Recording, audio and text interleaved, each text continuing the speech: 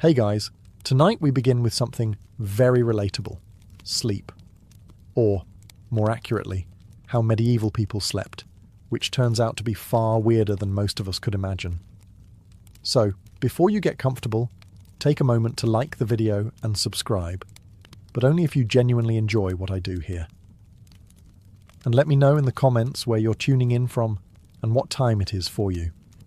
It's always fascinating to see who's joining us from around the world. Now, dim the lights, maybe turn on a fan for that soft background hum, and let's ease into tonight's journey together. Before electricity, TikTok, and sleep hygiene influences, medieval people approached nighttime with a schedule that would baffle the modern melatonin enthusiast. It was called segmented sleep, a natural two-part sleep cycle, split neatly in half like a stale medieval biscuit. The routine was simple. After sundown, most people turned in early, drifting off into what was known as first sleep. Then, after about 4 hours, they'd wake up, deliberately, and spend the next hour or two doing what can only be described as medieval midnight multitasking. This wasn't considered insomnia. It was just how sleep worked.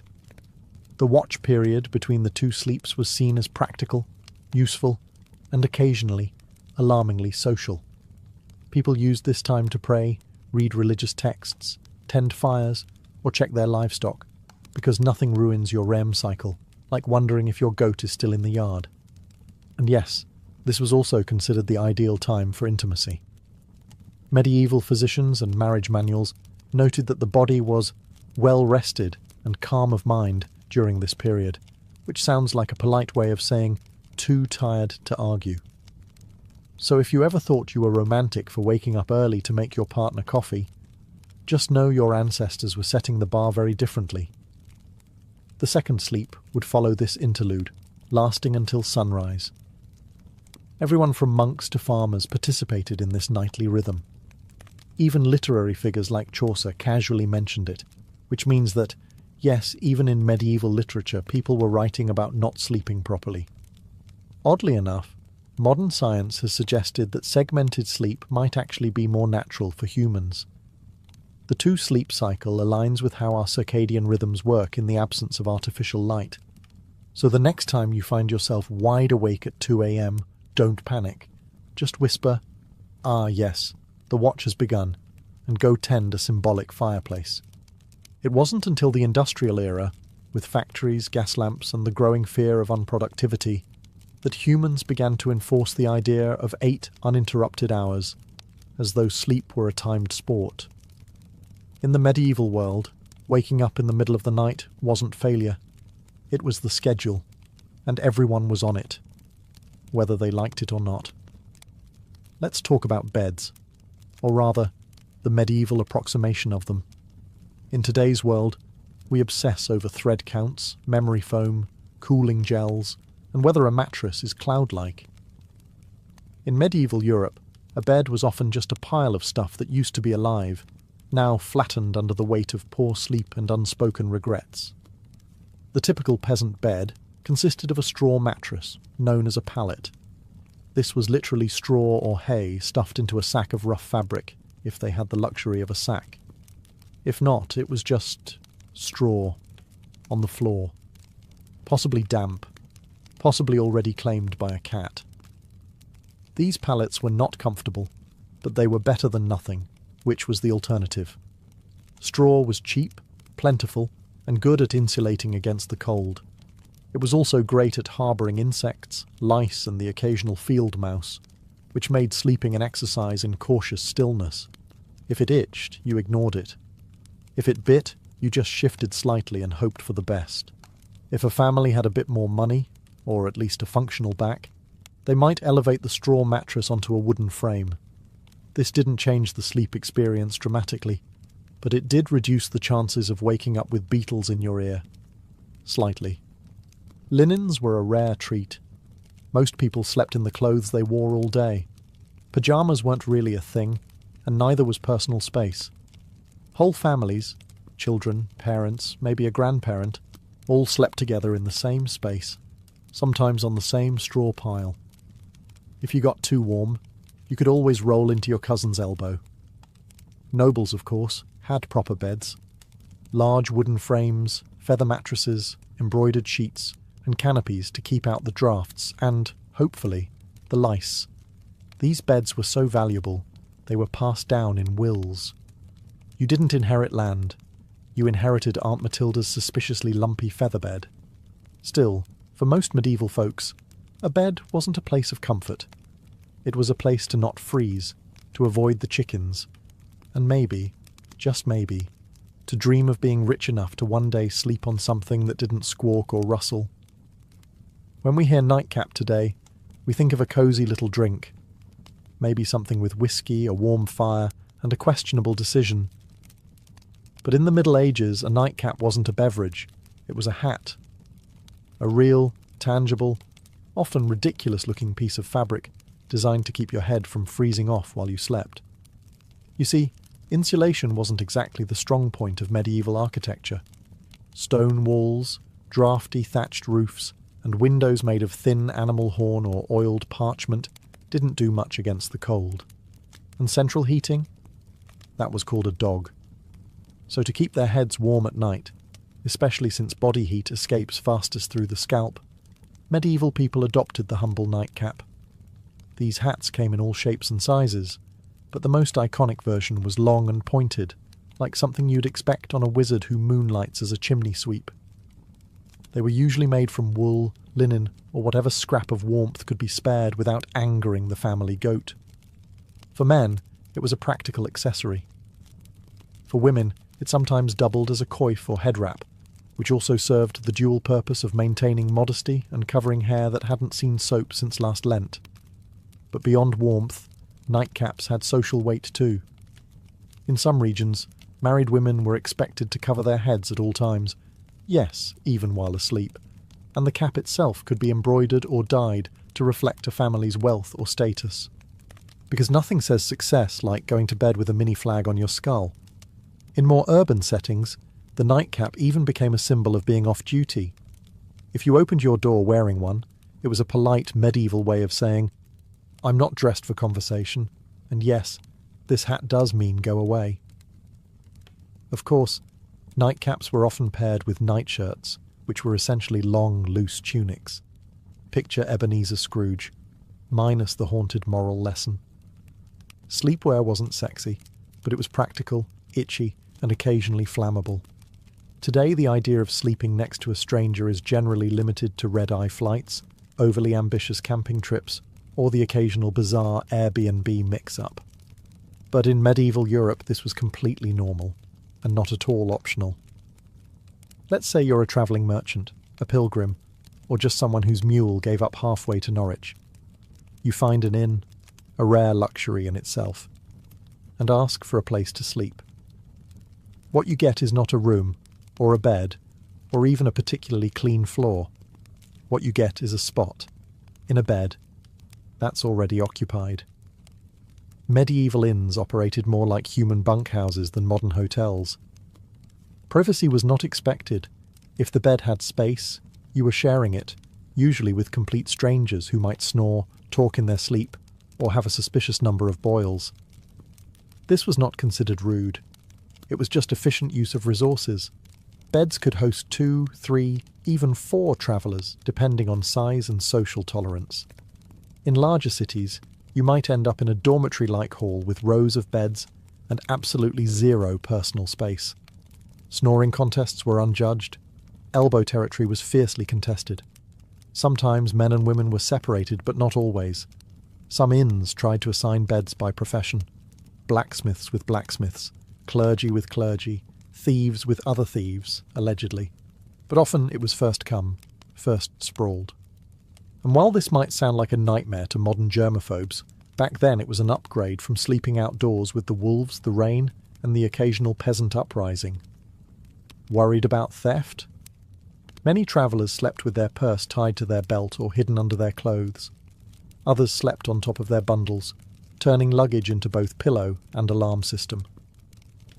If someone moved your bag, it usually meant you were about to wake up poorer. The rich, of course, did not suffer this fate. Nobles travelled with entourages and camped in relative comfort, or demanded their own rooms if an innkeeper valued their roof. In the medieval world, going to bed wasn't just about pulling up a blanket and drifting off. It was a spiritual operation, a nightly gamble where the stakes were your eternal soul. People didn't just sleep, they prepared to potentially die. Hence the popularity of bedtime prayers. Forget lavender spray or calming podcasts. Medieval sleepers wound down with confessions, psalms, and soul-cleansing spiritual clauses, just in case they died somewhere between good night and dawn. The idea was simple. You could die at any moment, from illness, fire, demons, or, most dangerously, being over 30 in the year 1247. So you'd better say your prayers, not because it was comforting, but because hell was terrifying, and you didn't want to show up uninvited, unwashed, and spiritually dishevelled. One common version? If I should die before I wake, I pray the Lord my soul to take. Sweet, right? Except it's basically a legal document written by a 7-year-old, acknowledging death as a likely bedtime outcome. Many adults had a whole catalogue of prayers for different threats. One for when you were feeling guilty.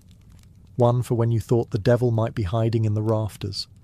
One for plague prevention, which unfortunately aged poorly.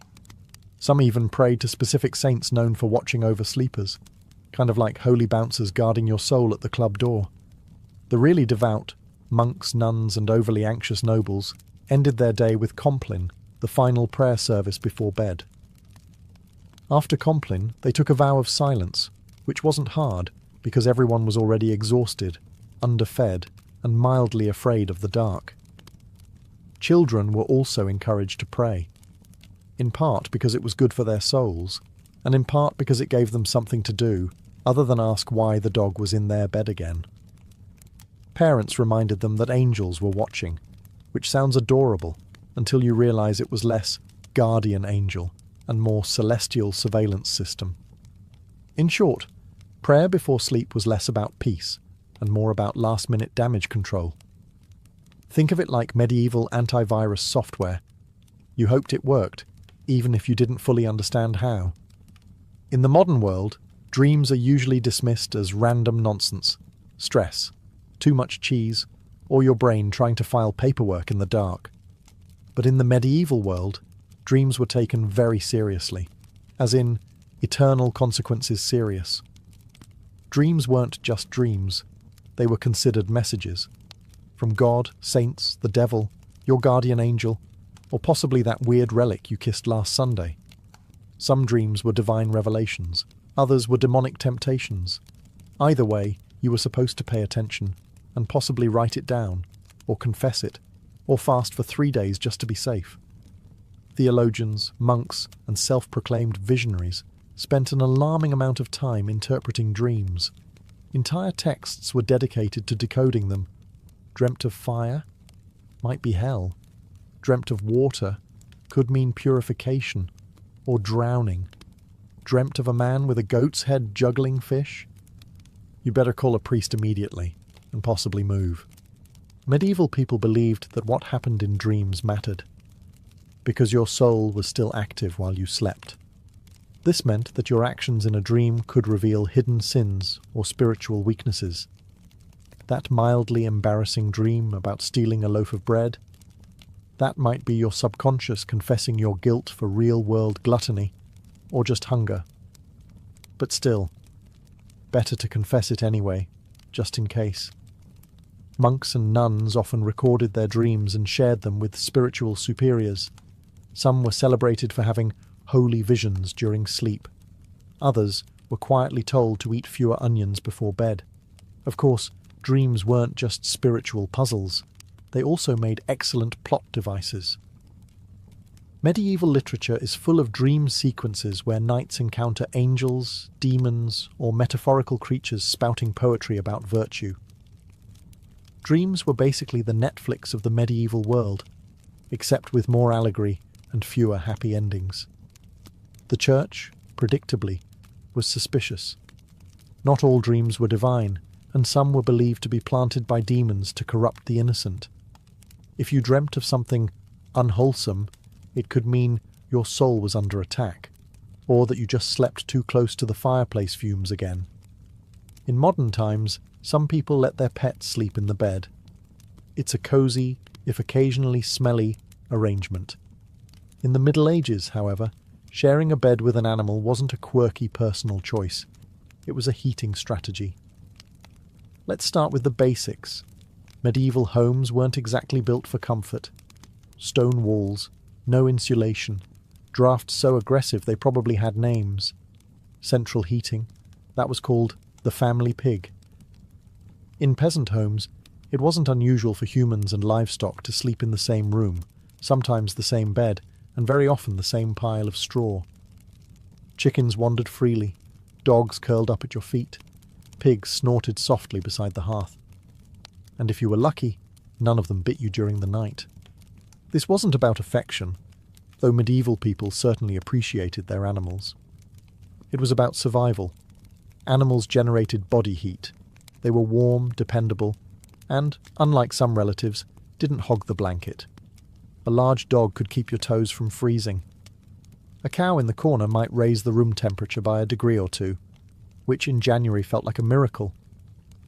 Medieval homes, especially those of the lower classes, often had just one room for everything: cooking, eating, sleeping, occasionally dying. Everyone, humans and animals alike, made do with the same space. Children might be nestled between parents and a goat. A chicken might serve as an impromptu alarm clock. Hygiene? Let's not ask too many questions. For wealthier families, this wasn't as common. Nobles didn't usually sleep next to livestock, though they might still have lapdogs in bed. Not for heat, but for fashion and flea redistribution. Some castles even had separate sleeping areas for favourite animals, because nothing says power like a dog with its own room and title. There were drawbacks, of course. Animals can be loud. They can wander. And they are not, historically speaking, known for respecting personal space. But medieval people adapted. A hoof in the face at 3 a.m? Just part of the bedtime routine. If you've ever had to share a room at a youth hostel and thought, this is a bit much, allow us to introduce the medieval monastic dormitory, a place where comfort went to die quietly under a vow of silence. Monasteries didn't believe in personal space, or softness, or fun, really.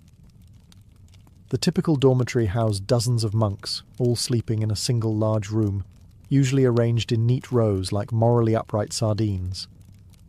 Beds, if you could call them that, were often wooden planks, sometimes with a straw mattress if the abbot was feeling generous, or it was a feast day. You slept fully clothed.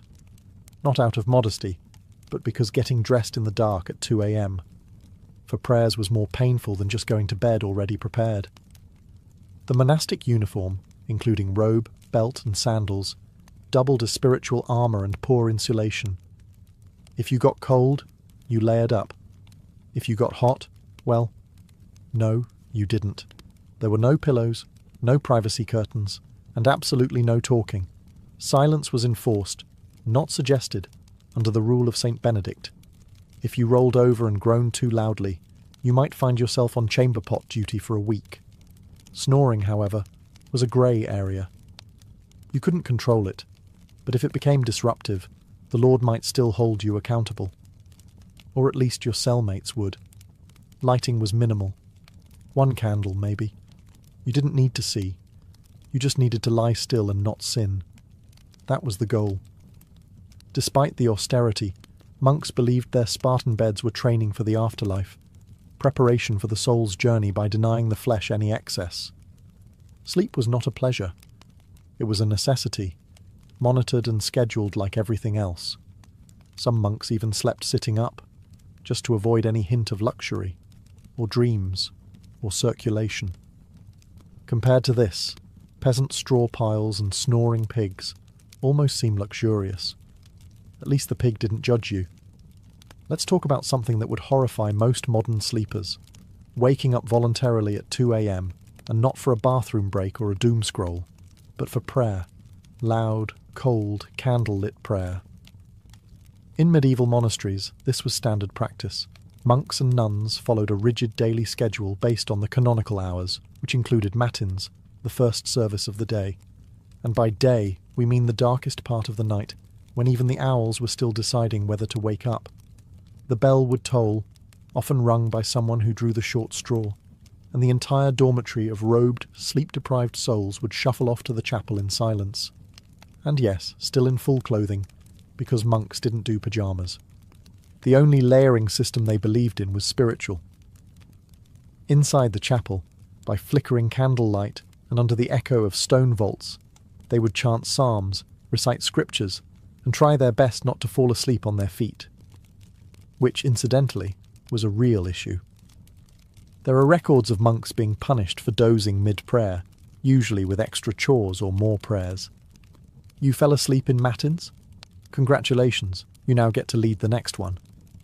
Matins could last an hour or more. Some particularly enthusiastic orders stretched it to 2. Imagine trying to stay spiritually engaged while your stomach reminds you that dinner was a bowl of lentils and a moral lesson, and your body is actively shutting down. After the service, monks would either return to bed for their second sleep, or, in stricter orders, move straight into study or manual labour. Because nothing says holy discipline like threshing wheat on 4 hours of fragmented rest. Why so early? The idea was to sacrifice comfort and dedicate the first and quietest part of the night to God, uninterrupted by the temptations of daylight, warmth, or REM cycles. It was a powerful symbol of devotion. Or at least it was once you got over the numb feet, the candle smoke, and Brother Ambrose's off-key chanting. In the modern world, sleeping alone is often framed as a luxury, a sign of independence, peace, or just an ability to control the blanket. In the medieval world, though, sleeping alone was considered suspicious, impractical, or just downright unsafe. Let's start with the basics. Warmth. Beds, as we've established, weren't exactly toasty. Stone walls and open chimneys didn't do much to trap heat, and central heating was still several plagues away. So people shared beds for body heat, not out of intimacy, but out of basic thermal desperation. Children slept with siblings, parents, and sometimes the neighbour's kid if they were visiting. It was like a sleepover, but nobody asked if you wanted to be there. But beyond warmth, there was a spiritual reason for sleeping in groups. Many people believed the night was when the devil worked overtime. Alone in the dark, your soul might be vulnerable to temptation, or worse, possession. Having others nearby created a kind of moral buffer zone. If something went wrong, at least someone would witness it, or catch the demon first. For children, being alone at night was practically unthinkable. Not just for comfort, but because ghosts, fairies, and wandering spirits were all part of the nightly landscape. Tales warned against solitary sleep as a gateway to mischief and spiritual peril. And unlike today's bedtime stories, these tales didn't end in hugs. They ended in disappearances. Even married couples often shared their beds with children, servants, or random guests. Privacy was not a concept so much as a modern myth. In fact, the idea of 2 people sleeping alone in a giant bed was so foreign that it would have been considered either wasteful or deeply, deeply suspicious. In religious contexts, even monks often slept communally, and if someone was assigned to sleep alone, it was often for disciplinary reasons. Yes, in some cases, being alone in bed was literally a punishment. Medieval logic, solitary sleep, grass opportunity for sin. Group sleep, public accountability. Next time you're curled up in your own bed, with your own blanket, in a room that doesn't smell like goat, enjoy the silence. In medieval times, you'd probably have 2 kids, a sheepdog, and a cousin in there with you, all of them snoring. If you've ever accidentally fallen asleep sitting up, in a lecture, a carriage, or a dentist's waiting room, you probably woke up with a crick in your neck and a deep sense of regret. But in the Middle Ages, sleeping upright wasn't an accident. It was a lifestyle. Some medieval folks, particularly the wealthy or religiously devout, chose to sleep propped up rather than lying flat. Why? A few reasons, none of them particularly restful. First, there was a medical belief that lying flat was bad for digestion, the lungs. or the general balance of the bodily humours. In a world where doctors thought a sneeze could rearrange your soul, this logic made perfect sense. Upright sleeping, they believed, helped avoid congestion of the brain, which sounds ominous, but mostly meant don't drown in your own phlegm. Second, there were spiritual concerns. Lying flat was considered too close to the posture of the dead. You didn't want to confuse God, or worse, attract attention from the angel of death by sleeping in the same position used at funerals. Superstitious? Absolutely. But when your local priest doubled as the community's health consultant, you picked your battles carefully. As a result, people often slept partially reclined, supported by large bolsters, pillows, or the wooden headboard equivalent of a medieval lazy boy. Nobles sometimes had their beds rigged with angled supports to maintain a semi-seated posture, perfect for digesting one's evening meat pie or fending off surprise demon attacks. Monks took it a step further. In stricter orders, they might even sleep sitting upright on a bench, or leaning against a cold wall with nothing but a hood to muffle the discomfort. It wasn't about health. It was about discipline. If you were too comfortable, you might dream. If you dreamed, you might sin. If you sinned, well, welcome to confession at 5 a.m. Needless to say, this wasn't about quality rest. It was about virtue, discomfort, and mildly confusing theology. Forget haunted dreams or goblins under the bed. For medieval people, the real monsters of the night were already in the sheets, small, persistent, and entirely uninterested in your prayers. We're talking, of course, about fleas, lice, and the medieval bedroom's unofficial mascot, the bedbug. Let's not sugarcoat it. Hygiene wasn't exactly medieval Europe's strong suit. Baths were rare, laundry was expensive, and soap was sometimes made from substances better left unnamed. Add that to straw-filled mattresses, shared bedding, and the occasional live chicken underfoot, and you've got the perfect environment for an all-you-can-eat pest buffet. Fleas and lice were so common they were practically roommates. Peasants dealt with them daily. Nobles, despite their satin sheets and feather beds, were not exempt. In fact, some richer households had dedicated nitpickers, actual servants tasked with removing lice from their employers' hair and clothing. Imagine that as your job title. Master of the Royal Scalp. Bedbugs, meanwhile, were the silent assassins of medieval sleep. They hid in wooden bed frames, mattress seams, and even the cracks in stone walls, emerging at night to feast like tiny vampires. If you ever wondered why medieval people wore nightcaps and slept fully clothed, it wasn't always about warmth. Sometimes it was pest defense armor. Solutions ranged from mildly effective to impressively deranged. Some households burned strong-smelling herbs like wormwood or tansy to repel bugs. Others slept with garlic, onions, or even ashes in the bed, which may have done little for the pests, but certainly kept romance to a minimum. It wasn't just physical discomfort either. Fleas were often seen as symbols of sin or moral impurity, biting reminders of the fall of man and poor bedding choices. Entire poems were written about fleas, some moralizing, some weirdly romantic, because nothing says I love you like, let us be united like the flea that bites us both. So, while modern sleep is interrupted by buzzing phones and streetlights, medieval sleep was more likely disturbed by scratching, twitching, and the subtle feeling that something was crawling on your shin. Because it was. We've all had restless nights. But have you ever tried falling asleep while wearing 100 pounds of iron?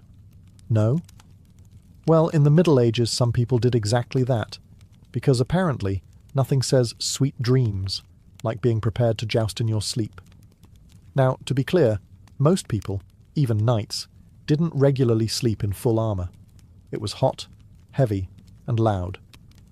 Trying to roll over in a suit of chainmail is a bit like trying to nap inside a bag of cutlery. But during wartime or in hostile territory, sleeping partially armoured was considered the safer choice. Comfort? Optional. Survival? Highly recommended. A knight on campaign might remove only his helmet and gauntlets, keeping his mail shirt or breastplate on, just in case enemies decided to stage a midnight surprise party. There's nothing quite like waking up to the sound of hooves and having to suit up while still half dreaming about turnips. In castles under siege, men-at-arms might even sleep with swords or axes at their side, like some very aggressive bedtime security blankets. Shields doubled as pillows, and if the enemy breached the walls, well, at least you wouldn't have to get dressed. Priorities. Of course, sleeping in armour wasn't exactly restorative. Iron isn't breathable, and chainmail has a bad habit of pinching skin. Add cold stone floors, minimal bedding, and the ambient sounds of snoring comrades and crackling torches, and you've got a sleep environment that ranks somewhere below airport terminal on the comfort scale. Even those not in battle sometimes wore light protective gear while sleeping in dangerous regions. Travelling merchants or guards on watch duty might nap in gambesons, thick quilted jackets that offered a bit of protection and slightly more padding than the moral support of prayer alone. And lest we forget, armour wasn't exactly subtle. If you rolled over the wrong way, you might clank so loudly that everyone else woke up and assumed the apocalypse had arrived. Again, in a time when nightly demons, lice infestations, and pigs in your bed weren't considered unusual, you might think that sleepwalking was just one more medieval inconvenience. But oh no, it was much more dramatic than that. In the Middle Ages, if you started wandering around in your sleep, people didn't chalk it up to stress or exhaustion. They assumed you were possessed, bewitched, or had unfinished business with the Holy Roman Empire. Sleepwalking, or noctambulation if you wanted to impress the local monk, was poorly understood and often feared. The idea that someone could rise from their straw pallet, shuffle across the room, and stare blankly at a wall was less harmless parasomnia and more devil's rehearsal dinner. Accounts from the time suggest that people were genuinely spooked by sleepwalkers. Picture this: a man in a long nightshirt, candle in hand, eyes glazed, mumbling Latin that he didn't actually speak while stepping over livestock.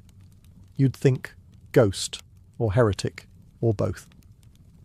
And depending on your local priest, an exorcism might be scheduled before breakfast. Some believed sleepwalking was caused by bad humours, especially too much black bile, which was the medieval catch-all for anything they couldn't explain. Others thought it happened because the soul was temporarily released during sleep, leaving the body free to bumble around like an unattended mule. To prevent these nightly adventures, people tried everything from herbal remedies to praying over their beds, hanging iron charms, or, in more rural areas, just tying the person's leg to a chair. If that sounds extreme, consider that some medieval homes had open hearths, knives everywhere, and chamber pots just waiting to be tragically overturned. In one curious twist, there were rumours of people climbing onto rooftops in their sleep. Whether or not these accounts were exaggerated, the fear of leaping dreamers led to barred windows and occasional theological debates about whether a person could sin while unconscious. Thankfully, most sleepwalkers just paced, muttered, or attempted to open imaginary doors. But if someone sleepwalked into a church, locals might treat it as a divine sign, or call for a cleansing ritual, just to cover all spiritual bases. If medieval life taught people anything, it was how to sleep through chaos. Church bells, thunderstorms, screaming livestock, the occasional siege. For the sleep-deprived denizens of the Middle Ages, these were just ambient noises, the medieval version of white noise. Let's start with the bells. Church bells marked every sacred moment of the day: sunrise, prayer times, meals, and of course the ungodly hour of matins at 2 or 3 a.m. If you lived anywhere near a monastery, your dreams were probably soundtracked by regular tolling. At some point, the brain just accepted it. Bells became the lullaby of an overscheduled soul. And it wasn't just bells. Storms were frequent and terrifying. With no weather apps or triple-glazed windows, you experienced every clap of thunder like the world might end. Roofs leaked, windows rattled, and chimneys howled like banshees. Still, people slept. They had to. Work didn't stop for insomnia. Neither did ploughing, praying, or running from Vikings. Speaking of which, invasions and apocalyptic events weren't always a deal-breaker for bedtime either. In the 14th century, people continued to sleep, somehow, through famine, war, and even the Black Death. When death carts rolled by in the morning, it was considered more of a grim wake-up call than a cause for panic. And if you didn't wake up, well, some believed that was a mercy. There are even records of people sleeping through earthquakes, barn fires, and angry mobs. Sleep deprivation was common, and bodies adjusted. If you worked from sunup to sundown, ate barely enough to survive, and spent your day dodging mud, taxes, and spiritual damnation, you were going to fall asleep. Hard.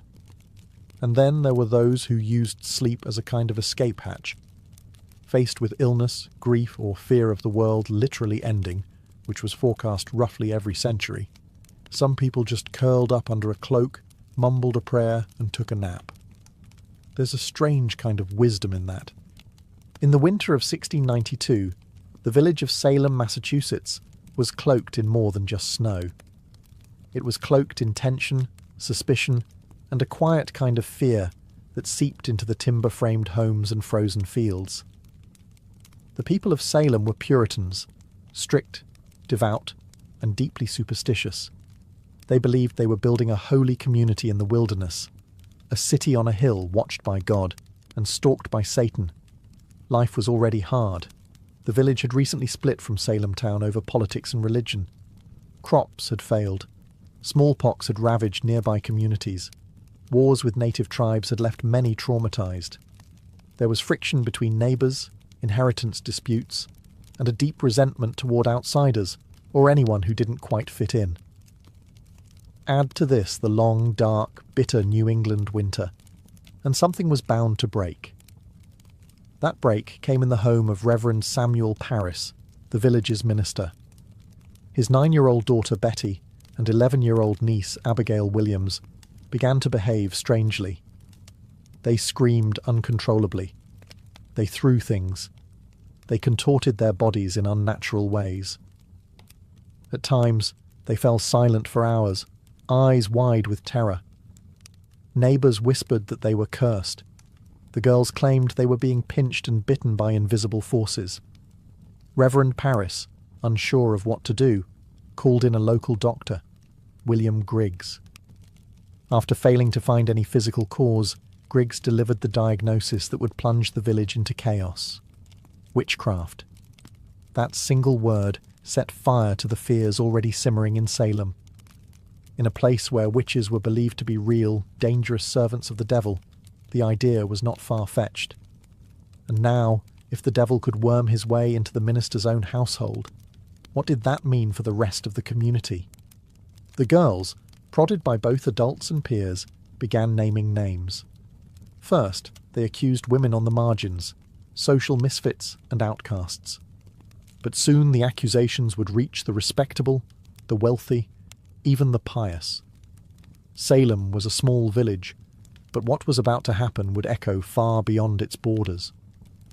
What began as whispers in the dark would soon become cries from the gallows, and a legacy of paranoia that still haunts America's history books. Once the idea of witchcraft took root in Salem, it spread like ivy, quiet at first, then strangling everything it touched. The afflicted girls, Betty Parris, Abigail Williams, and soon others like Ann Putnam Jr. and Mercy Lewis, seemed to grow bolder with each passing day. They convulsed in court, screamed during prayers, and claimed they could see dark spirits hovering over certain villages. It wasn't just childhood imagination, it was theatrical, public, and, most disturbingly, believed. The first to be accused were those with the least protection, women who already lived on the edges of society. Sarah Good, a homeless beggar, was known for muttering to herself when turned away from doorsteps. People claimed her mumbling was a curse. She smoked a pipe. She snapped at children. She fit the mould of a witch because she didn't fit the mould of a Puritan woman. Sarah Osborne hadn't attended church in over a year and had scandalised the community by marrying her indentured servant after her first husband died. A woman who defied convention, clearly suspect. Tituba, the enslaved woman in Reverend Parris's household, was the most exotic of all. Originating from Barbados, her storytelling, accent, and folklore frightened the villagers. Under pressure, possibly even physical beatings, Tituba confessed to witchcraft. But instead of clearing the air, her confession blew it wide open. She told a story of a tall man in black, a figure associated with the devil, who asked her to sign a book. She said she saw strange animals, yellow birds, red cats, and even spectral dogs. But most damning of all, she claimed there were other witches in Salem. That was all the court needed to hear. Once Tituba opened the door, others rushed through it. New names were added weekly. Neighbours turned on neighbours. Old grudges were disguised as righteous accusations. Property disputes turned into spectral assaults. If someone's cow died suddenly, it must have been witchcraft. If a baby cried during a prayer, surely that was the devil's doing. The fear became so infectious that not even the innocent dared to speak out. To defend an accused witch was to invite suspicion upon yourself. Silence was safety. And so, the web of accusations widened, trapping the village in its sticky, unseen threads. Logic was fading. Hysteria was now in control. As accusations mounted and the village reached a fever pitch, the colonial government stepped in. Governor William Phipps, recently appointed and eager to maintain order, established a special court to deal with the chaos. It was called the Court of Oyer and Terminer, from the French meaning to hear and determine. But what it really became was a factory for fear-driven justice. The court convened in Salem town in June of 1692, and it was no ordinary tribunal. Its rules were warped by panic.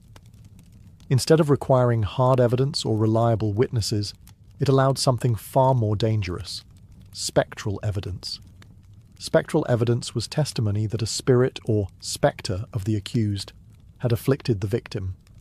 In other words, if a person claimed to have seen your ghost-like form in a dream choking them, that was admissible in court.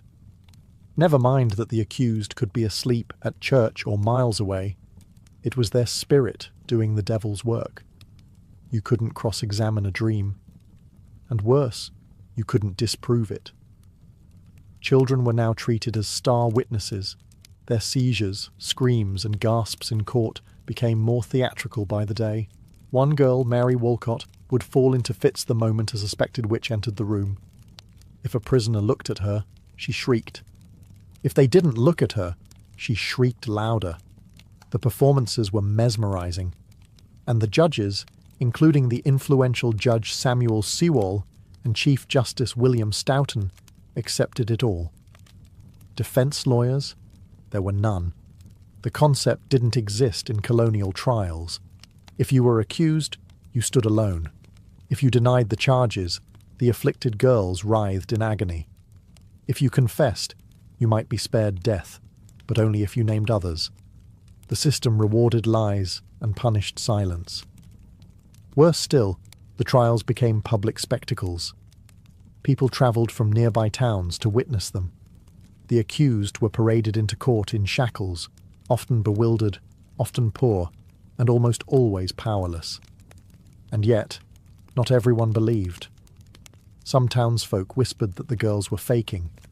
Others questioned why only certain types of people were being accused. But few spoke openly.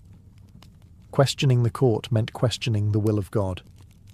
In Salem, reason had stepped aside, and the law had become a mirror, reflecting fear, not justice. On June 10, 1692, the gallows in Salem claimed its first victim, Bridget Bishop. She was not new to scandal. Her reputation made her an easy target. She wore bright red clothing, ran a tavern, and had been accused of witchcraft years earlier. During her trial, neighbours testified that her spirit pinched them in the night, that their babies died after she passed by, and that she kept enchanted dolls. She denied everything. Still, the court found her guilty. She was led to Gallows Hill, a barren, wind-swept patch of earth just outside Salem. No prayer, no mercy. The rope was pulled, the crowd watched, and with that single execution, the machinery of death began to churn. The hangings that followed came quickly. On July 19th, 5 more women were executed: Sarah Good, Susanna Martin, Rebecca Nurse, Elizabeth Howe, and Sarah Wilds. Some had good standing in the church.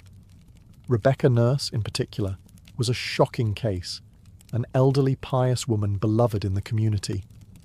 Even the jury initially found her not guilty. But under pressure from the court and the afflicted girls, the verdict was reversed. Nurse's final words were whispered through the air like a warning. "I am as innocent as the child unborn." But it didn't matter.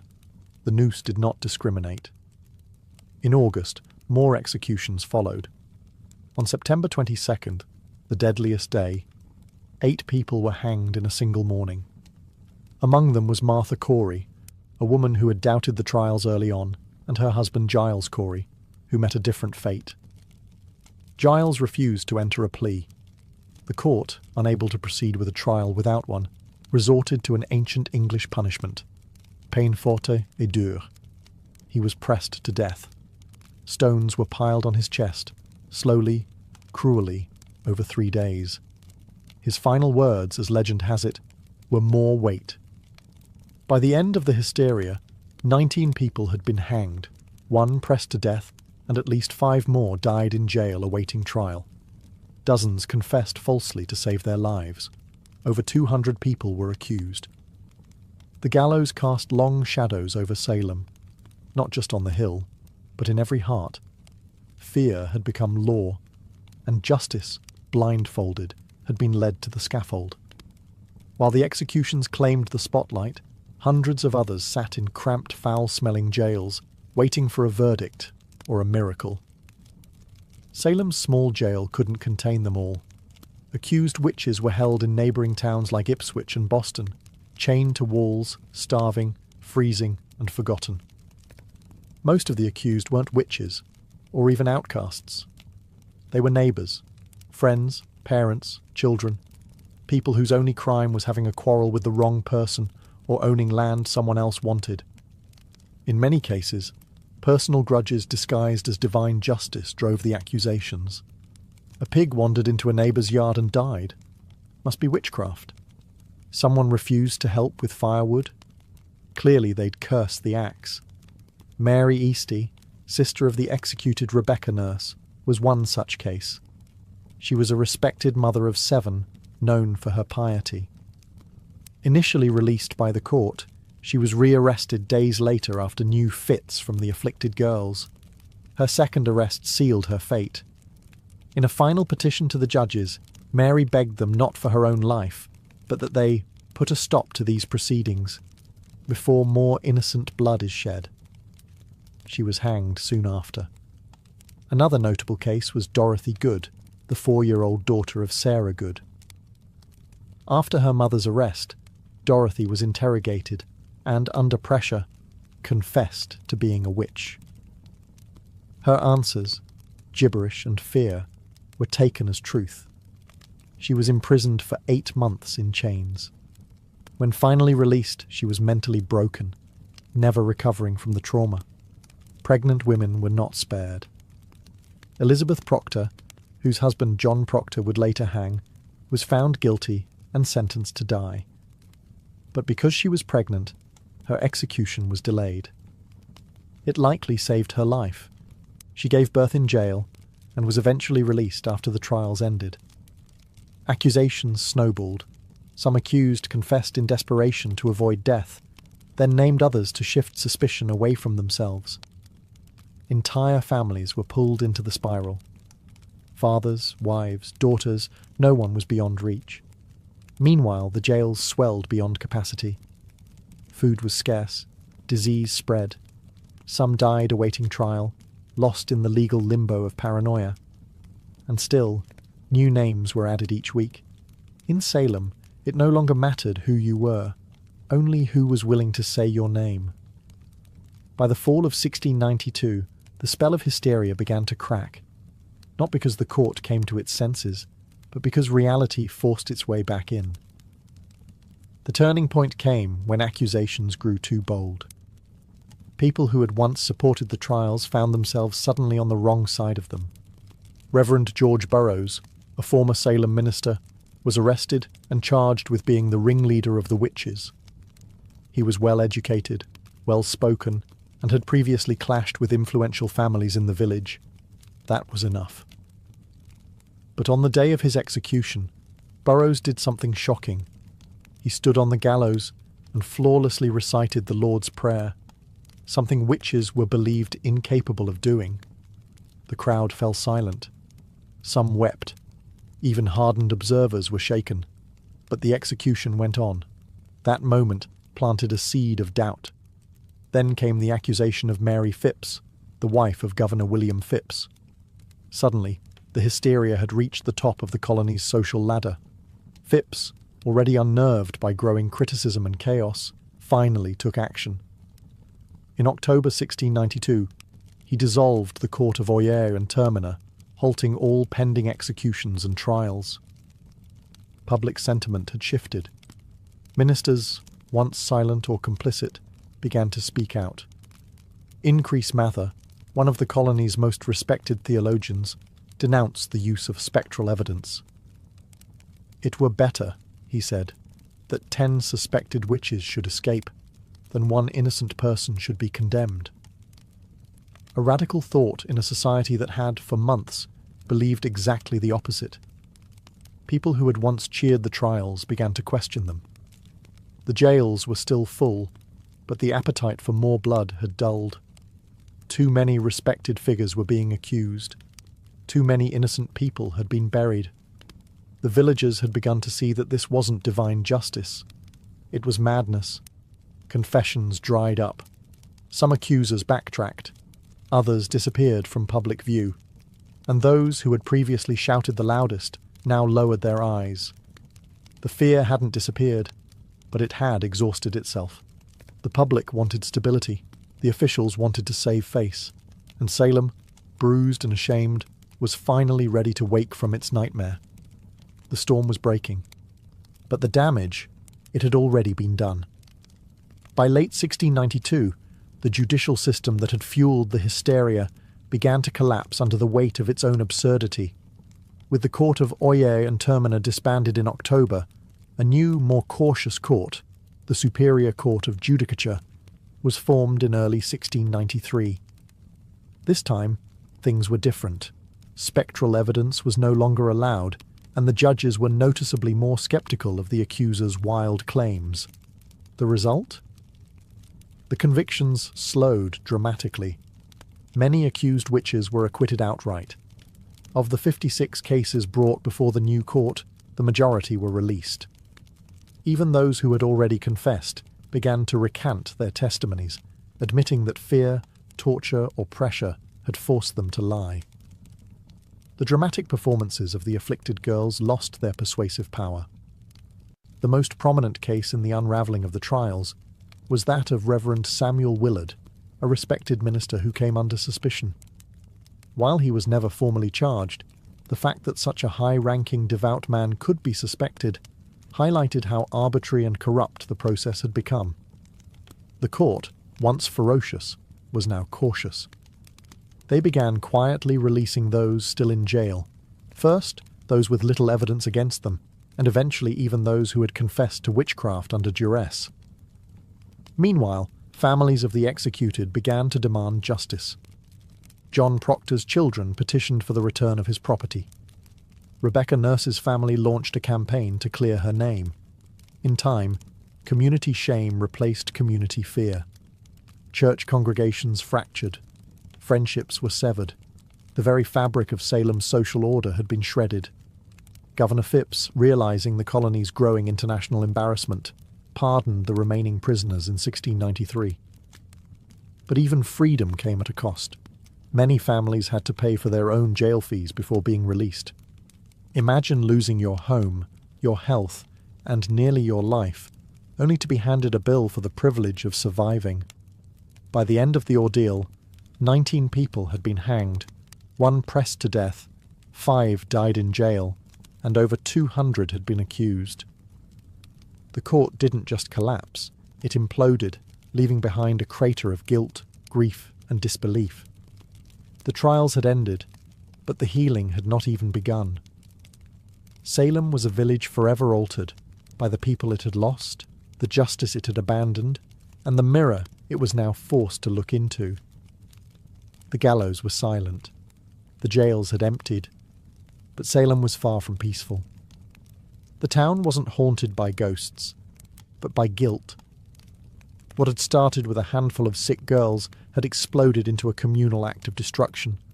Families had been torn apart, reputations ruined, and innocent lives ended. And now, the survivors had to live in the wreckage. Neighbours could no longer look each other in the eye. The same people who once prayed together had testified against one another. Some of the afflicted girls quietly left town. Others faded from the public eye. A few, like Anne Putnam Jr., would later express remorse. In 1706 she stood before her congregation and publicly apologised for her role in the trials, blaming delusion by Satan. But for many, the damage was beyond words. The court officials, too, carried their burden. Judge Samuel Sewall, one of the most prominent figures in the trials, was one of the few to admit wrongdoing. In a remarkable act of public penance, he stood during a church service in 1697, while a minister read out his confession and prayer for forgiveness. It was a rare moment of accountability in a time when most tried to forget. But forgetting wasn't easy. The families of the condemned began demanding compensation. Over the years, petitions flooded the Massachusetts government, asking for official pardons, for returned property, for public acknowledgement that the executed were innocent. Slowly the government responded. In 1711, the colony passed a bill restoring the rights and good names of some of the victims, and offered limited financial restitution to their heirs. But even that wasn't comprehensive. Some families, like the Coreys and the Proctors, were left out entirely. Whispers of witchcraft never quite left New England. But in Salem, the shame became part of the town's identity. The village eventually changed its name to Danvers, perhaps to distance itself from its infamous past. Gallows Hill was never officially marked, as if the town hoped to bury not just the dead, but the memory of what had happened. But the memory persisted, in sermons, in stories, in the silence between former friends. Salem had not been cursed by witches. It had been cursed by fear, by pride, and by unchecked power. And that curse would linger long after the executions stopped. The Salem witch trials ended more than 3 centuries ago, but their legacy continues to echo, not just in textbooks and historical tours, but in how we understand justice, fear, and the fragility of truth.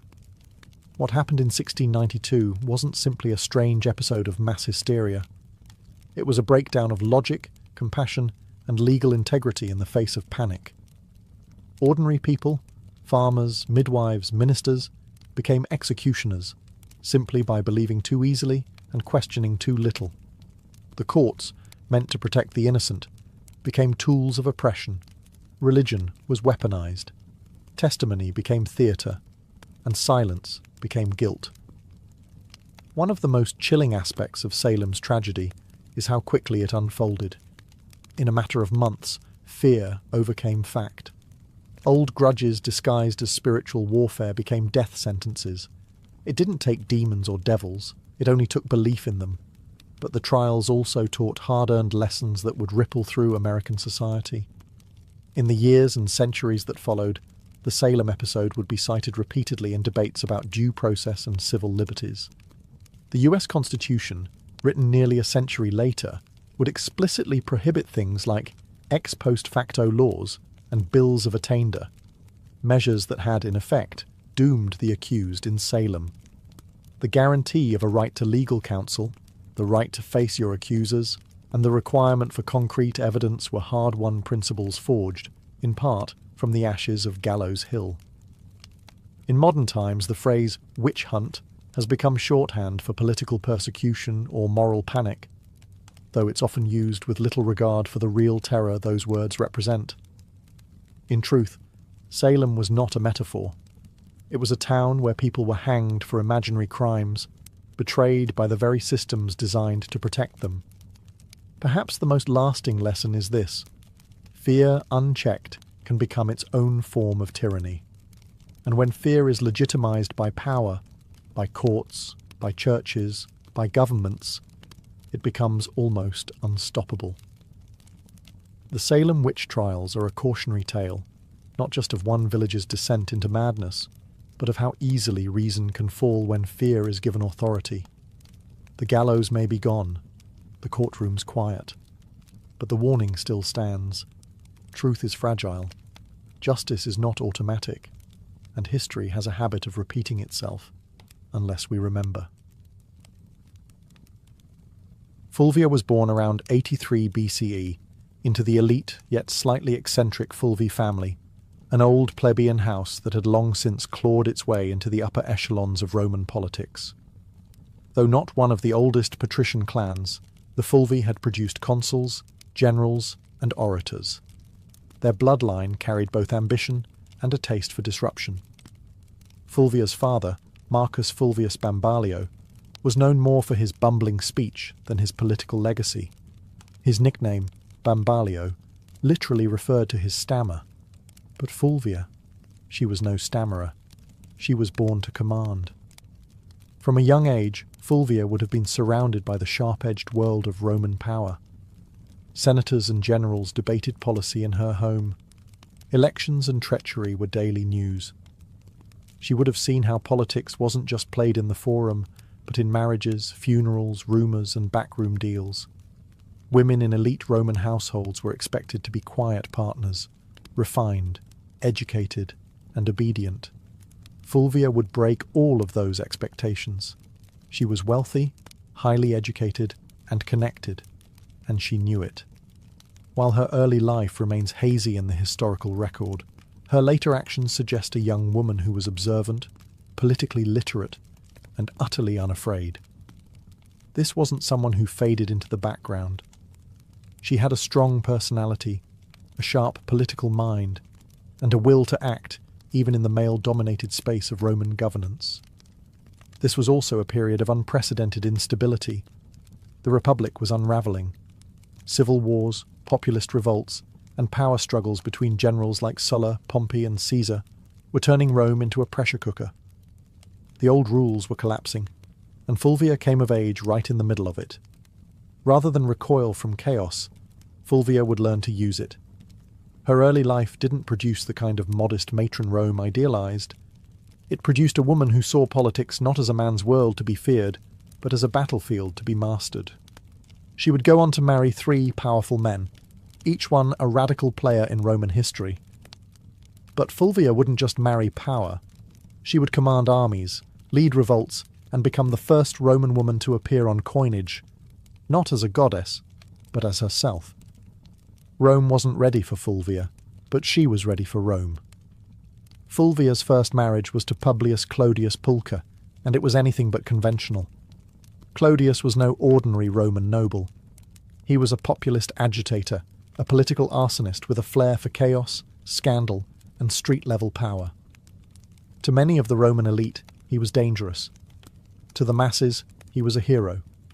And to Fulvia, he was a strategic opportunity. Their marriage, sometime in the early 50s BCE, united Fulvia with the man who had turned the Roman Republic into his personal stage. Clodius was infamous for his theatrical defiance of tradition. He had once disguised himself as a woman to infiltrate a sacred female-only religious ceremony in Caesar's home, scandalous behaviour that only seemed to raise his popularity. He later renounced his patrician status to run for the tribunate of the plebs, an office that gave him veto power over the Senate. Clodius understood Rome's street politics better than most, and Fulvia, far from being a passive consort, was right there beside him. She wasn't a silent partner.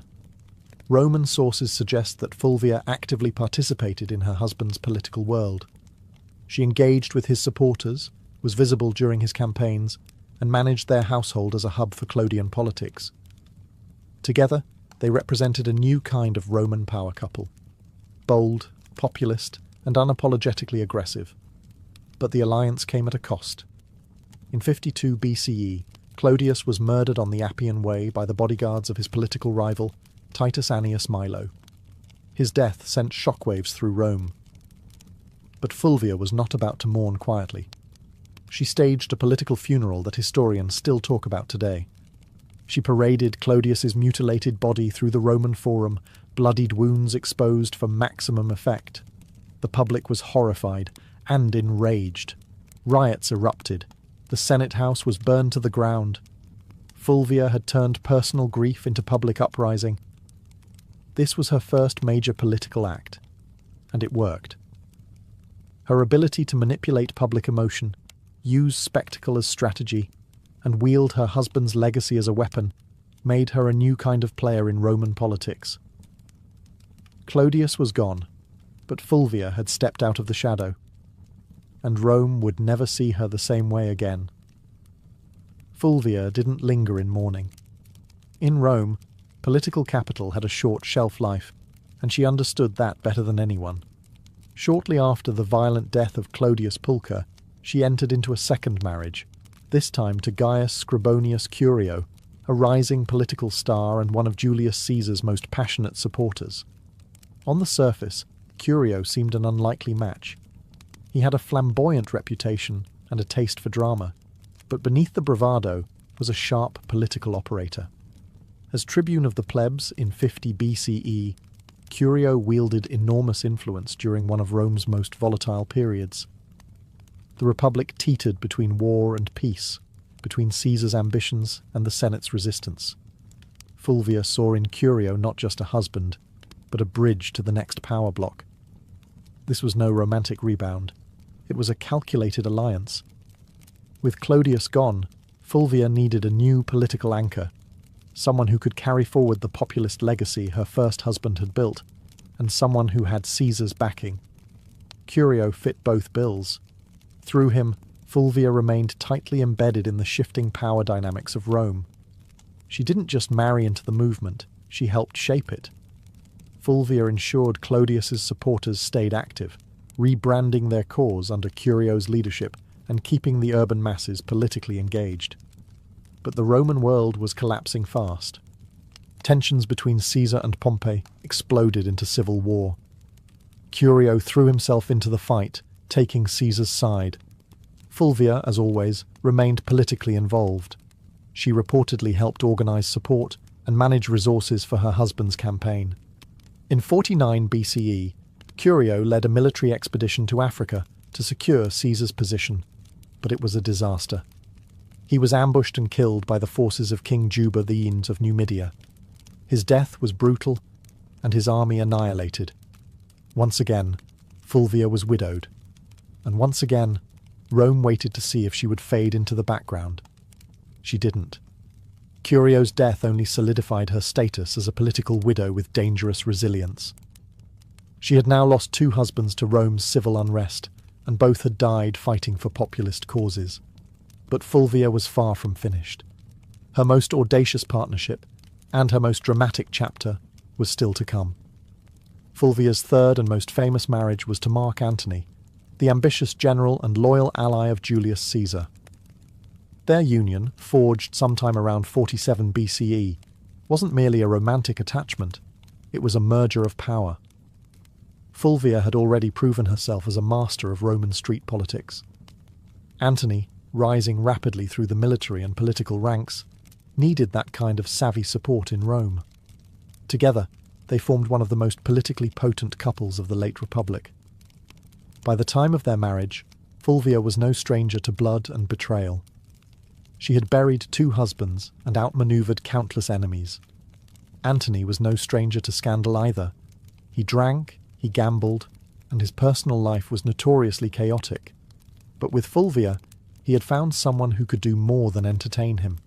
She could defend his interests, hold his alliances together, and rally supporters when he was away on campaign. And Antony, despite his brash exterior, understood her value.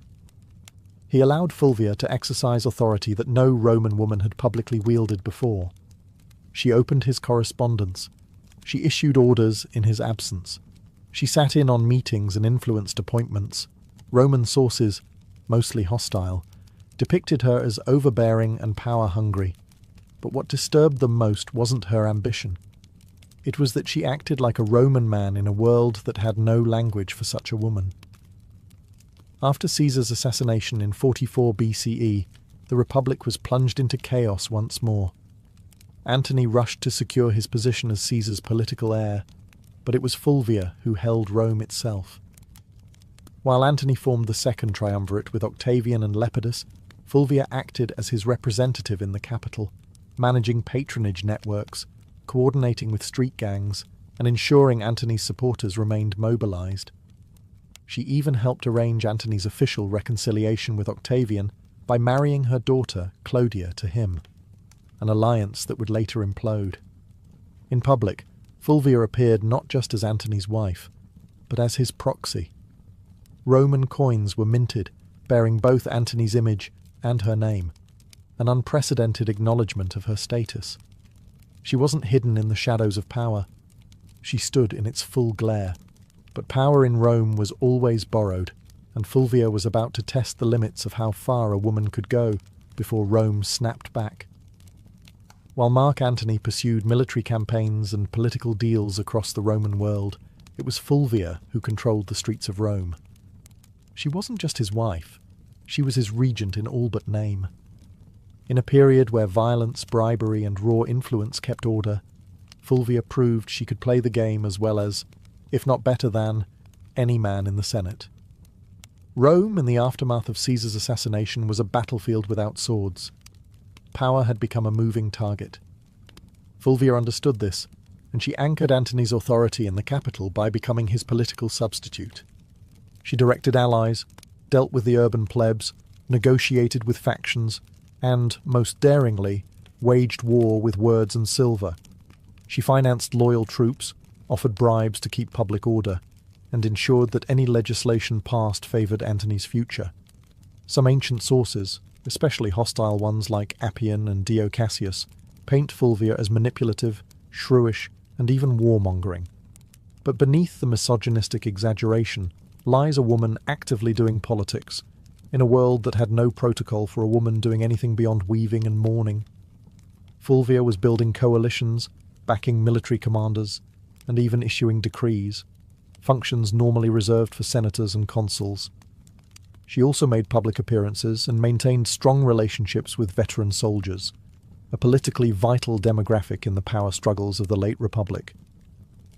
While Antony was campaigning in the east, Fulvia was often the face of his authority in Italy, meeting with centurions, influencing decisions about land distribution, and reminding the soldiers that their loyalty to Antony came with rewards. But this accumulation of power came at a cost. Roman aristocrats, particularly the faction aligned with Octavian, Caesar's heir and Antony's increasingly bitter rival, resented Fulvia's influence.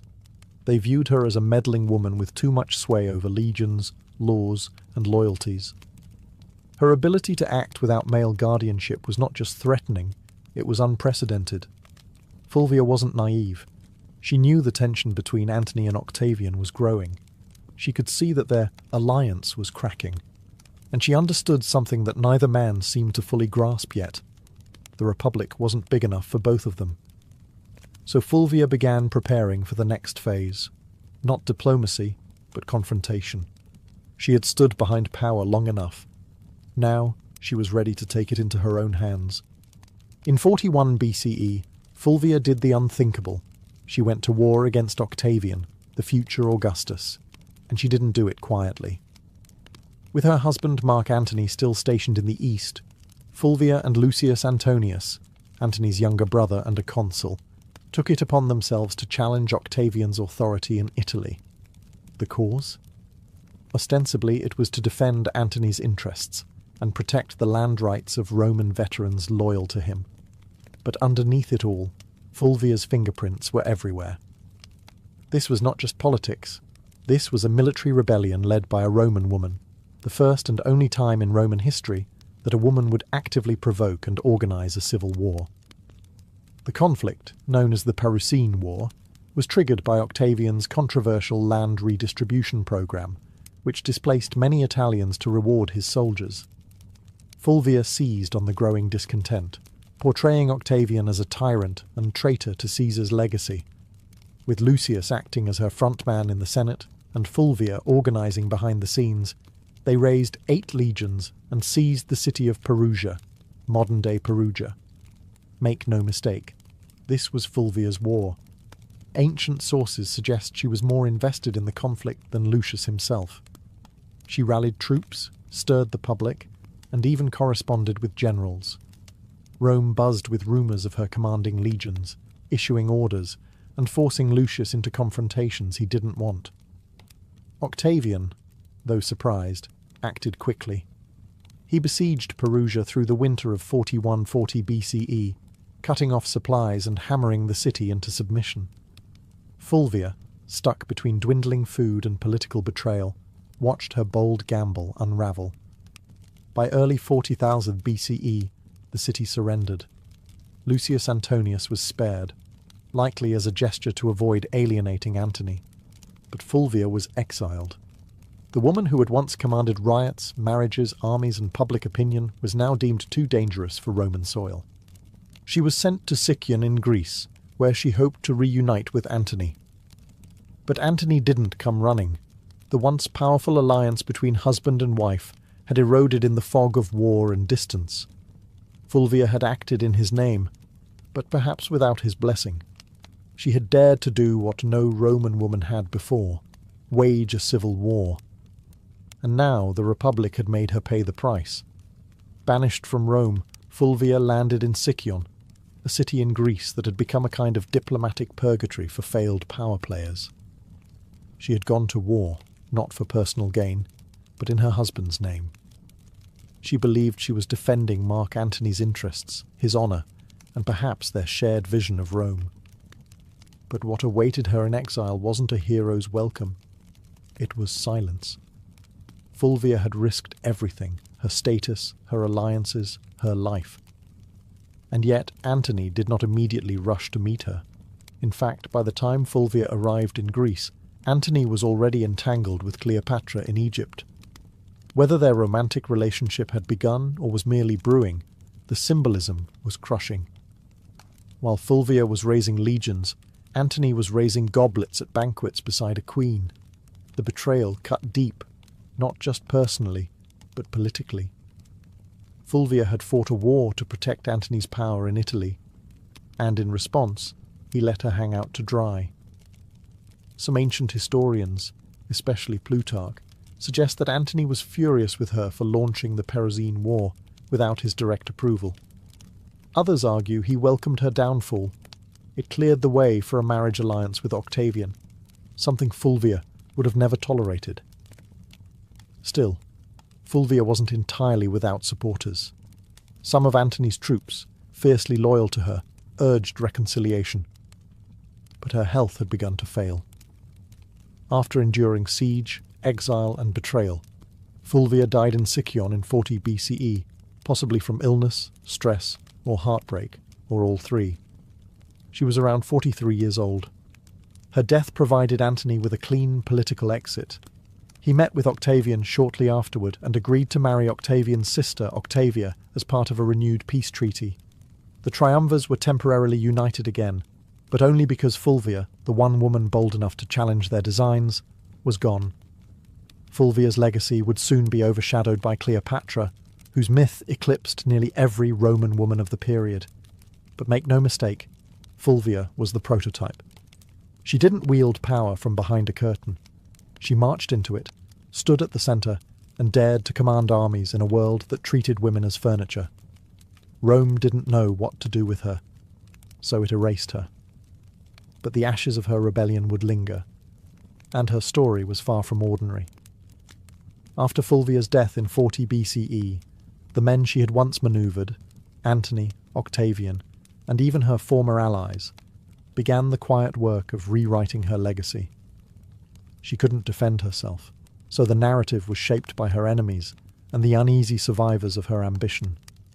And like so many powerful women in history, Fulvia became a scapegoat. Ancient sources, mostly penned by men with vested interests, painted her as the reason for the Perusine War, the rift between Antony and Octavian, and even the general disorder of the Republic. Appian, Dio Cassius, and Plutarch depict her as overbearing, jealous, and driven by a lust for power. They blamed her for dragging Lucius Antonius into conflict, for antagonizing Octavian, and even for Antony's eventual estrangement from Rome. But were these accusations fair? Hardly. Fulvia had operated within a political climate where violence and manipulation were expected, at least if you were a man. She was no more ambitious than Caesar, no more aggressive than Pompey, and far less ruthless than Octavian would eventually prove to be. Her only true deviation was that she was a woman acting like a Roman man, and Rome didn't know how to digest that. She wasn't cloistered in the home, weaving quietly or serving as a political ornament. She was writing letters to generals, organising street mobs and commanding loyalty from troops. And that made her dangerous, not just to Octavian, but to history itself. Even Mark Antony, the man whose legacy she had fought to preserve, conveniently blamed Fulvia for the civil strife. After reconciling with Octavian and marrying his sister, Antony used Fulvia's death as a diplomatic cleansing. Her memory became the price of his political survival. There were no monuments raised in her honour, no grand funeral, no mourning speeches in the Senate. Just silence. Yet her enemies couldn't erase her entirely. Fulvia had done too much. She had raised armies, steered elections, negotiated alliances, and fought a civil war. She was the first Roman woman whose name appeared on coinage, not as a deity or metaphor, but as a political agent. The damage to her reputation was deliberate, but so was her presence in the historical record. Despite every attempt to bury her behind caricature and slander, Fulvia refused to vanish. Her defiance still echoes. You just have to listen past the men. Fulvia's story ends in silence, but her legacy is anything but quiet. In the centuries that followed her death, historians and writers struggled to place her in Rome's grand narrative, because Fulvia broke every rule of what a Roman woman was supposed to be. She didn't just advise power from the shadows, she became power, and that made her both unforgettable and deeply unsettling to a patriarchal world. In a society where women were expected to influence through whisper and marriage, Fulvia shouted through policy, war, and political theatre. She was not a consort, she was a commander. And yet, she was remembered more for her defiance than her accomplishments. Roman historians couldn't handle a woman who didn't stay in her place, so they rewrote her as shrill, power-hungry, and disruptive. But read between the lines, and a different figure emerges. Fulvia was the first Roman woman to mint coins with her name. She organised political factions, leveraged marriage as a tactical weapon, and manipulated Roman street politics with stunning effectiveness. She moved through the civil wars of the 1st century BCE, not as a bystander, but as a player. A woman whose influence terrified senators and shaped the fate of triumvirs.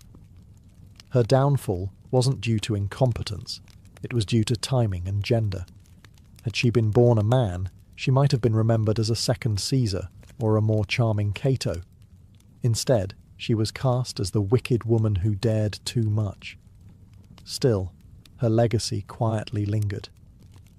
Later, Roman women like Livia Drusilla, Agrippina the Younger, and even Cleopatra herself, though of a different world, would all operate in the shadow Fulvia helped carve. They would manipulate emperors, wield armies, and control succession. But Fulvia did it first, and with no imperial title to shield her. Today, modern historians have begun re-examining Fulvia with fresh eyes.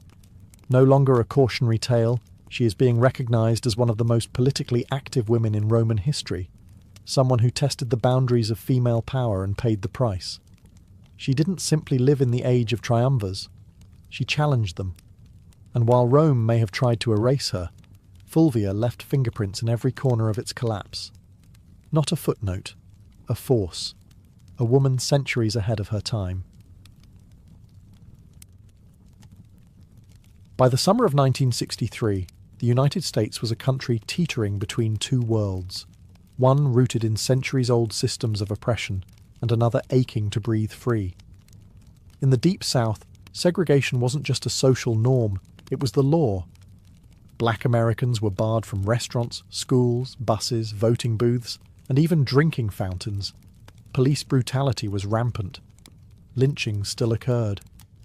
And in places like Birmingham, Alabama, peaceful protesters were being met with snarling dogs and high-pressure fire hoses. But change was coming, and it wasn't asking for permission. In just a few years, the civil rights movement had surged into the national spotlight. Sit-ins, freedom rides, and boycotts had become familiar headlines. Leaders like Rosa Parks, Medgar Evers, and John Lewis were no longer just names. They were symbols of defiance. The March on Washington wasn't born out of a single conversation. It was the result of rising frustration and fierce hope. Black Americans were no longer content with waiting. They were demanding civil rights, and they were determined to make their voices heard where it mattered most, the nation's capital. The idea of a mass march in Washington, D.C. had been floating around for decades. A. Philip Randolph, a labor organizer and longtime civil rights advocate, had originally proposed the concept in the 1940s. Back then, it was meant to pressure the Roosevelt administration to desegregate the defense industry. That protest was called off after Roosevelt caved and signed an executive order. But now, in 1963, the stakes were even higher. Randolph, along with other civil rights leaders, including Bayard Rustin and Dr. Martin Luther King Jr., revived the vision. And this time, they weren't just marching for jobs. They were marching for dignity, for voting rights, for school desegregation, for equal pay, and most importantly, for the basic human right to live free of fear. Over a dozen major civil rights organizations came together to plan it, despite their many disagreements, because they understood the power of a unified front.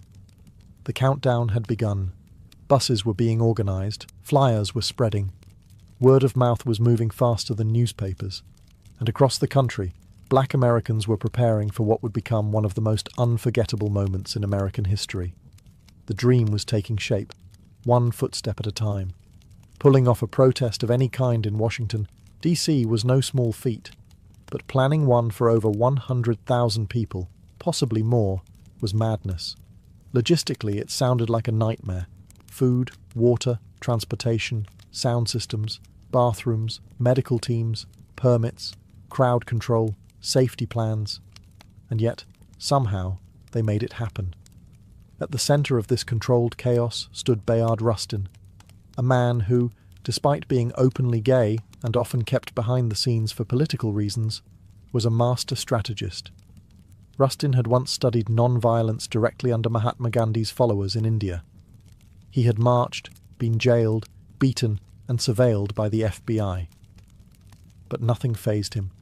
He saw the March on Washington as a chance to show the world what disciplined, non-violent protest could achieve when coordinated with military precision.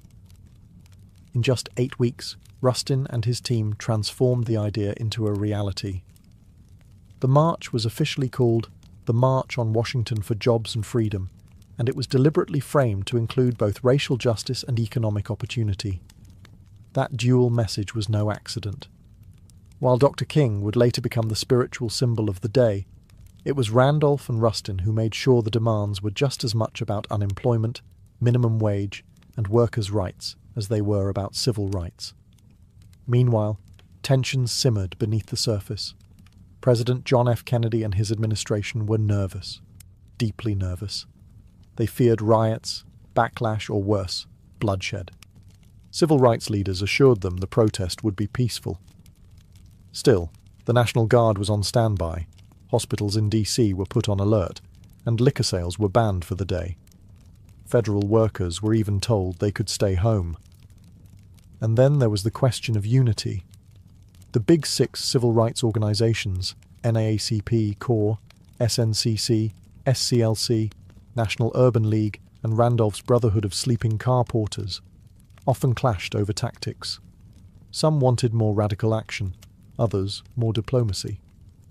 SNCC's young firebrands were growing impatient with King's non-violent approach, but they all agreed on this. The time for silence had passed. Rustin's plan read like a military operation. Every bus and train was tracked. Every speaker was timed to the minute. Every route had marshals trained in crowd control. They weren't just planning a march, They were orchestrating a moment that would shake the conscience of a nation. August 28th, 1963. A sweltering Wednesday in Washington, D.C. The sun was already hot by 9 a.m., and the humidity clung to the skin like a second shirt. But it didn't stop them. From every corner of the country, they came. Black, white, young, old, students, clergy, factory workers, and celebrities. Some wore their Sunday best. Others clutched protest signs. They came by bus, train, carpool, and even foot. Over 250,000 people in total, converging on the National Mall like a rising tide of hope. And yet, there was no chaos. Despite the government's fear of riots and unrest, the scene was astonishingly calm. Volunteers directed foot traffic. The Red Cross handed out water. Groups sang freedom songs, held hands, and cheered as new marchers arrived. You could hear gospel choirs near the reflecting pool and chants of jobs and freedom echoing off the marble columns of the Lincoln Memorial. Celebrities joined in too. Harry Belafonte, Sidney Poitier, Paul Newman, Marlon Brando, Joan Baez, Bob Dylan. But no one was there for autographs. They were there to witness history and lend their voices to a cause bigger than any one person. The crowd was orderly but energized. There was no pushing, no looting, no violence. Instead, there was a shared understanding that this wasn't just a protest. It was a sacred moment.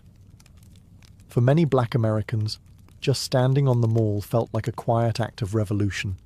To be seen, to be counted, to say, "We are here," in front of the same Lincoln Memorial where the great emancipator sat in stone.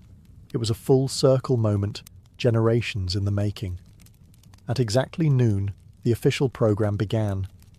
Leaders took the stage one by one, each representing different organizations, ideologies and regions, but united in message. Speakers demanded equal pay, desegregated schools, a living wage, and an end to police brutality. Mahalia Jackson sang. Marian Anderson, who had once been banned from singing at Constitution Hall because of her race, now sang for thousands beneath the open sky. As the hours passed, the tension grew, not from unrest, but from anticipation. The man everyone was waiting for had not yet spoken, and when he did, the world would stop, listen, and remember. The march wasn't just making history. It was becoming legend, minute by minute. By mid-afternoon, the crowd had grown quiet. Not because they were tired, but because they knew what was coming. Standing in the shade of the Lincoln Memorial, Dr. Martin Luther King Jr. approached the podium. He wore a dark suit, a neatly tied tie, and an expression of deep calm that barely concealed the fire building inside him. He carried prepared remarks, typed and written collaboratively with his advisors the night before. But what the world would remember wasn't what had been typed. It was what came from his heart. He began with measured intensity, outlining the grim realities of segregation, police violence, and broken promises. 100 years later, he said, referring to the Emancipation Proclamation, the Negro is still not free. His voice rose and fell like a sermon. He used repetition, rhythm, and silence not as fillers, but as instruments. The crowd listened in rapt attention, some nodding, some wiping away tears, others holding signs that simply read, "Now." But it was what happened next that changed the tone of the entire event, and arguably the trajectory of the civil rights movement itself. Standing just behind King was gospel legend Mahalia Jackson, who had sung earlier that day. She suddenly cried out, "Tell them about the dream, Martin. Tell them about the dream." And King did. He set aside his notes, gripped the podium, and launched into a passage he'd delivered before, but never like this. "I have a dream," he said, and the crowd leaned in. "I have a dream that one day this nation will rise up and live out the true meaning of its creed." Each phrase rang louder, clearer, more resolute. "I have a dream that one day the sons of former slaves and the sons of former slave owners will be able to sit down together at the table of brotherhood. I have a dream that my 4 little children will one day live in a nation where they will not be judged by the colour of their skin, but by the content of their character. It wasn't a speech anymore. It was a vision, a prayer, a lightning bolt through history. By the time King closed with the words, free at last, thank God Almighty, we are free at last, the crowd erupted. Applause, tears, shouts of joy. They knew they had just witnessed something more than oratory. They had heard prophecy. The power of the March on Washington wasn't just in the speeches or the music, it was in the people. The sheer scale of humanity gathered that day was overwhelming. They came from Mississippi, Michigan, Alabama, New York, California, and everywhere in between. Some were seasoned activists who had marched a dozen times before. Others had never left their hometowns until now. They packed lunches, rode buses for over 20 hours, and slept in their church clothes just to be there. Many were ordinary people, maids, teachers, steel workers, postal clerks, who saw themselves not as political figures, but as witnesses. They didn't just want change. They were the change. There were also children in the crowd. Young black girls with ribbons in their hair, boys with hand-drawn signs. Parents hoisted toddlers onto their shoulders so they could see the Lincoln Memorial in the distance and hear the speakers' voices carried over loudspeakers. To them, this wasn't just an event. It was the beginning of a new world. Some faces stood out. There was a young John Lewis, just 23 years old, representing the Student Nonviolent Coordinating Committee, SNCC. His original speech had been so fiery, so uncompromising, that senior leaders asked him to tone it down minutes before he went on stage. He agreed, but just barely. His call for radical change still shook the crowd. And then there was Daisy Bates, the only woman to speak that day. Not on her own behalf, but reading a prepared statement on behalf of other civil rights women. The organisers had faced criticism for sidelining female voices. Bates's brief but powerful message underscored a harsh reality. Even within a movement about equality, some voices still struggled to be heard. Also present were union organisers, rabbis, nuns, priests, and students of every background. They didn't all agree on strategy. Some favoured King's non-violence, others leaned toward Malcolm X's more militant posture. But for that one day, those differences didn't matter. Unity won out. It was a visual symphony of American possibility, white and black hands linked in solidarity, Freedom Now buttons pinned to chests, and the sound of 250,000 souls breathing as one. The faces in the crowd weren't just watching history unfold, they were shaping it, and none of them would ever forget what they saw. While the world saw unity, inspiration, and poetic justice on the steps of the Lincoln Memorial, behind the scenes, the March on Washington was anything but simple. What looked like a perfectly synchronized movement was, in truth, held together with string, sweat, and a lot of last-minute compromise. Bayard Rustin, the chief architect of the march, had to battle not just logistics, but politics. He was constantly under scrutiny, not just because he was openly gay and a former communist, but because some civil rights leaders feared his identity would be used to discredit the movement. In fact, Congressman Adam Clayton Powell had once threatened to publicly accuse Rustin and Dr. King of being lovers if King didn't remove Rustin from an earlier campaign. That threat haunted every stage of planning. Then there was the issue of women's voices.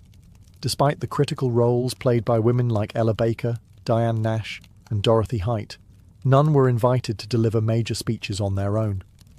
Rosa Parks was in the crowd that day, revered by all, but she was not given the microphone. Behind the powerful optics of the march lay the truth. The movement still struggled with its own hierarchies and blind spots. Even within the Big Six organisations, friction bubbled. SNCC leaders were growing increasingly disillusioned with the slow pace of change and the older generation's insistence on moderation. They wanted to confront systemic racism more aggressively. CORE had similar frustrations, but unity was deemed too important, just for one day. Meanwhile, the federal government watched with clenched teeth. J. Edgar Hoover's FBI had assigned over 100 agents to spy on organisers. They bugged hotel rooms, followed key figures, and compiled dossiers. They were convinced the march would turn violent or that communists would hijack the event. When nothing of the sort happened, they simply doubled down on their surveillance, especially of Dr. King. And let's not forget money. The march cost over $250,000, equivalent to millions today. Most of it was raised through unions and sympathetic donors, but organisers scrambled until the final hour. They even borrowed walkie-talkies from the Boy Scouts. The March on Washington was historic, yes, but it was also deeply human. Imperfect, messy, political, and unfinished. Just like the country it sought to heal. The sun began to dip behind the Washington Monument as the crowd slowly dispersed. People hugged, cried, sang, and lingered as long as they could, reluctant to leave what felt like sacred ground. But the march was over. The speeches had been delivered. The signs had been raised high. The world had watched. And now the question hung heavy in the humid August air. What happens next? In the immediate days that followed, the media reaction was cautiously positive. Major newspapers acknowledged the historic nature of the event, though often with a tone of detached curiosity. Some called it orderly and dignified, which was code for no one rioted. Few outlets gave much space to the specific demands of the march, like the call for a federal jobs program or a $2 minimum wage, equivalent to around $20 today. But everyone covered Dr. King's speech. That, at least, could not be ignored. President John F. Kennedy, who had initially opposed the idea of the march, watched it unfold on television with growing admiration and, perhaps, surprise. He called the event impressive and met with civil rights leaders at the White House immediately afterward. But legislative movement remained slow. His proposed Civil Rights Act was still stalled in Congress, caught in the claws of Southern opposition. Some activists were disappointed.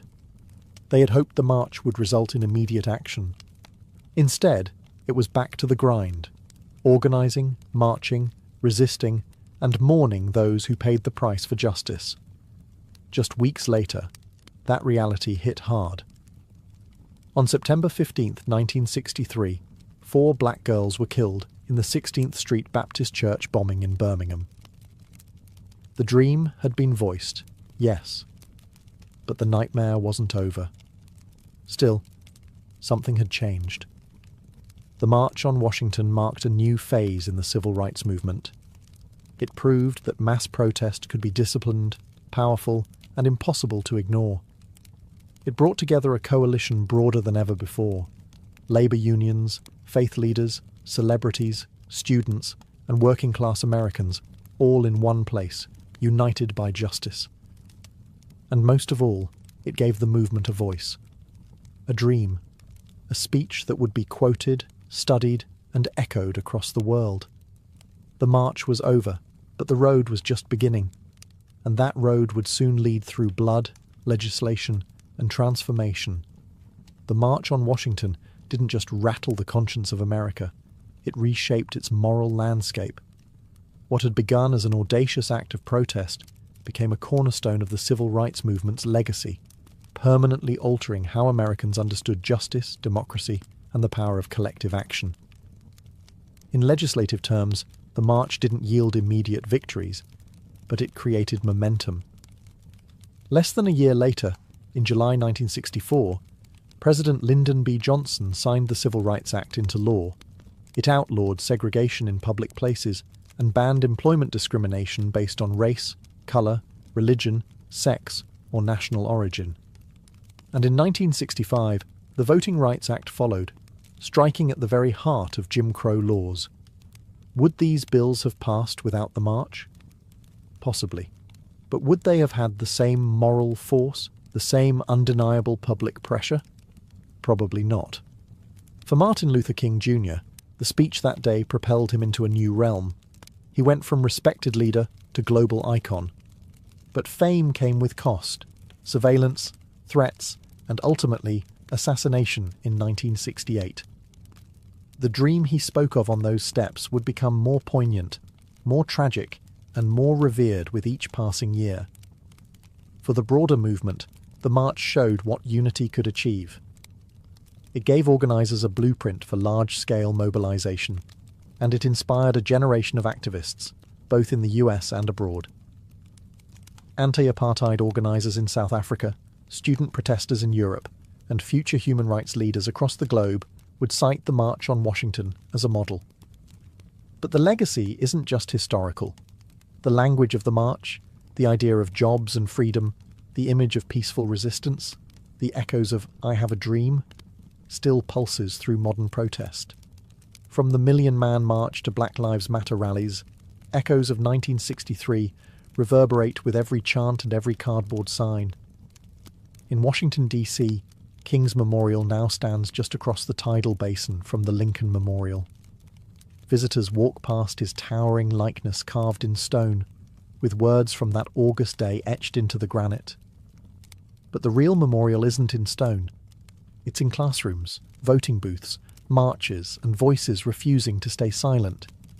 Because the dream wasn't meant to rest in history books, it was meant to be lived. And the legacy of that summer afternoon still dares us to do just that. More than 60 years have passed since that summer afternoon when over 250,000 people stood shoulder to shoulder beneath the shadow of the Lincoln Memorial. The March on Washington has been immortalized in textbooks, documentaries, and museum exhibits. Dr. King's speech is taught in schools. His voice, steady and strong, echoes in national memory like a sacred refrain. But for many, the question remains, has the dream been realized, or has it merely been delayed? In some ways, progress is undeniable. The legal framework of segregation was dismantled. Voting rights, though now under fresh assault in many states, were won through blood, marches, and court battles. The presence of black lawmakers, judges, mayors, and even a two-term US president was unthinkable in 1963. Interracial marriage, once illegal in much of the country, is now protected by federal law. These are not small things. They are victories carved out by relentless struggle. And yet, the original demands of the march, the ones often overshadowed by King's speech, still echo unresolved. The call for a living wage, still unmet. Racial disparities in education, housing, employment and healthcare remain entrenched. Police brutality, the very thing that sparked much of the early civil rights organising, continues to ignite outrage and protest. The dream of true economic justice, of a country where opportunity is not predetermined by zip code or skin colour, is still far from reality. Modern movements like Black Lives Matter have taken up the mantle, often using the imagery and rhetoric of the 1963 march as both inspiration and indictment. They march through the same cities, chant on the same streets, and demand the same basic human rights. But they do so in a world transformed by social media, surveillance, and new forms of resistance. The March on Washington was never meant to be the conclusion. It was a flashpoint, a stake in the ground that said, "This is who we are, and this is what we demand." It was a declaration, not a resolution, so the dream remains, battered, challenged, reinterpreted, but still alive. Whether it is deferred, distorted, or one day fulfilled depends not on the past, but on us, on the choices we make, the injustices we confront, and the courage we summon to march, again and again, until the dream becomes a shared, lived reality.